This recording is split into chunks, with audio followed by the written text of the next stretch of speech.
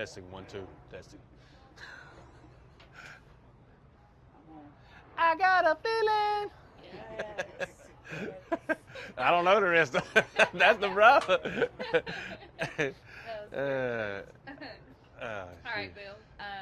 First event out here in St. Louis, the Ascension Charity Classic. Just overall thoughts of the course. Obviously, I know you haven't had a chance to explore, but just coming here, the atmosphere. Excited to be here. Oh yeah, it's awesome to come here. You know, I got a lot of friends and support around this area, and it's good to get to be able to see them and be able to hang out with them, and and then be able to play this golf course. I've heard a lot of good things about it, and like I said, I haven't got to see it yet. I'm finna go play in the Pro-Am here in just a minute, and but I'm curious to go see how good it really is.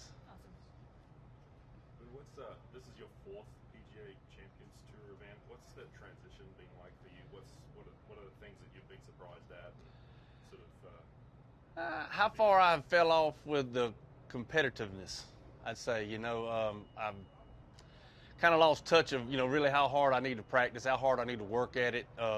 Actually coming out and like more of the grind again, and where the last couple of years, I've been playing on the Corn Ferry, and it's been kind of like goofing off because, playing against the kids out there, trying to find new equipment, trying to find ways to hit it further, and still having just little nagging injuries here and there that kind of just, kind of sets you back, but it really don't set you back, but it's just kind of knowing that when you're out there walking, my foot's hurting right now pretty bad, and then, my wrist goes to hurting a little bit, but overall, it's just like, it's unreal how good these guys really still are.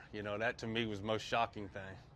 Does that give you inspiration to put a lot of work into it and, maybe try and get to that next level and elevate your game a little bit more?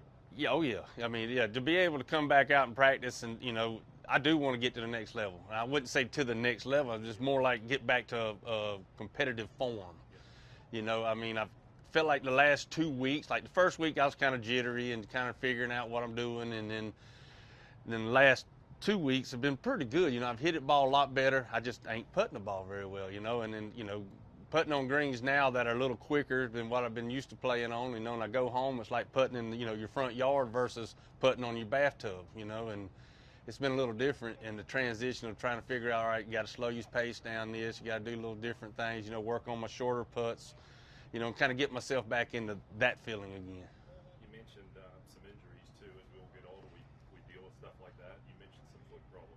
What's going on there? I got some bone spurs in the ball of my foot, and just trying to deal with that. Been working with two doctors back home, and just trying to figure out what we want to do. One of them wants to do surgery, and another one wants to do something else. And I'm kind of like, I'm done with these surgeries. I'm tired of having to, kind of get cut on and then take, 3 or 4 months off and trying to, then heal yourself back up. Not being able to play golf, and I'll fight with it. As long as they make medicine that I can take that can help me, that I'll be fine. What's been one of the most satisfying things? I know your personality obviously lends itself to being around people, and these people that you're out here playing with and against now, people that you grew up playing with. What's that experience like for you now? To me, it felt really good to be able to come back and still have a little bit of appreciation that they gave me. You know what I mean? They still think, hey, Boo Weekley, he played on the tour with us out there. He's still a good guy.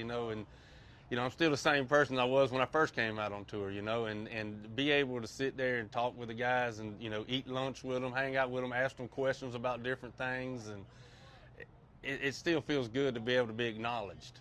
Not just feeling being a rookie again, but because, when you're a rookie out there on the PGA Tour, they kind of they just look at you because they don't know you yet, and now it's, they know who I am, so it feels good to be able to come back out and still talk with the guys.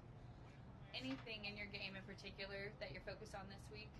Trying to put I mean, main thing, like I said, the last 2 weeks has just been putting. I mean, and, I've been hitting the ball pretty good, top 15, top 20 in greens and regulations, and if not close, lower, and driving the same way, so it's been just trying to match up the putting right now. What has surprised you the most out here, besides the guys being good? It's playing again. I reckon the golf courses being as good as they are.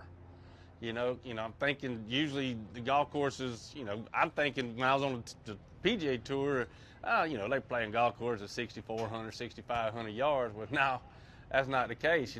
They're playing golf courses 7,000 to 71, 72, to 69, or say 69 to 72, you know, and the golf course is in good shape, and you know, I mean, you just don't. I reckon I never thought I'd make it this far in my career anyway, but to be able to stand here and play, you know, and on these like championship golf courses, it's still awesome. It's interesting. You said you never thought you'd be standing here. If we look 2 years in advance from now, what would make Boo Weekley satisfied in the next 2 years? I'd say to just keep my card and stay out here and play, because I still want to compete. I mean, that's the whole thing. I mean, you know, and then it really don't even matter what it is we're doing. If we're sitting on my back porch shooting 22s at, you know, little dingers down there, me and my kids, you know, I mean, you know, I'm gonna compete, you know, doing something somehow with either my kids or my friends back home, you know, and to be able to come out here and do it at this level, it's pretty awesome. Still have that feeling, and still have the grind, and still have the will to do it. That the Lord blessed me to do it. You know what I mean? To be able to have that chance and opportunity. Sounds like you're having fun again. Oh yeah, you know, that's like my mom said. My mom said, you know, when you've made it a business, it ain't, you know, you're changing your whole perspective of what you're really doing in life again. Come go out this time and just play, have fun. He said, what's the worst thing can happen? I mean, what is the worst thing? Nothing. You go home, you know, you've made a good career out of this. I mean, you can always go back to holding the shovel and digging ditches, and you know, you can run equipment, and so just have fun and enjoy it and see what happens. So. That's right. Yeah, Mama's right. You got that right. Mama's always right. One more, a little off topic, but you played in the Ryder Cup. What all the news coming out with the teams just being selected and the Ryder Cup coming up in a couple of weeks? How much attention will you pay to it? What was that experience like for you, and how involved or engaged are you still with that? I ain't involved and engaged with it, but might have to wait a second with that right there. Oh, okay, all right. But I'm really not engaged with it. I don't watch a whole lot of golf anyway. You know what I mean? I just never have, and it's just one of them things. You know, I hope the U.S. wins, but you know, and I don't even know who's all on the team. That's how much I'm involved in it.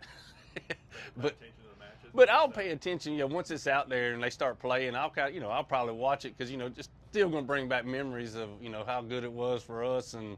You know, the fun that we had as a team as we bonded together, and you know, and to be able to look at like you know Justin Leonard is out here, you know, and like Chad Campbell will be out here next year, I think, you know, and it's just to be able to look at that and say, you know, hey guys, you remember the times we did this, or remember that time I said this, you know, it's fun. Was there one particular thing at the Ryder Cup that you played in that really stood out for you that you remember and recall every time it comes up?